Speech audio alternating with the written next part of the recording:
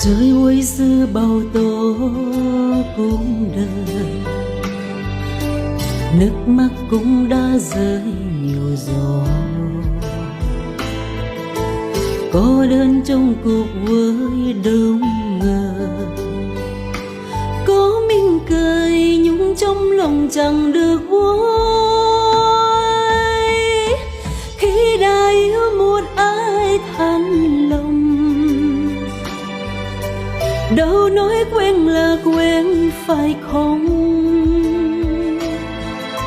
Khi người ta đã hết yêu rồi, thì níu kéo không chỉ vậy thôi.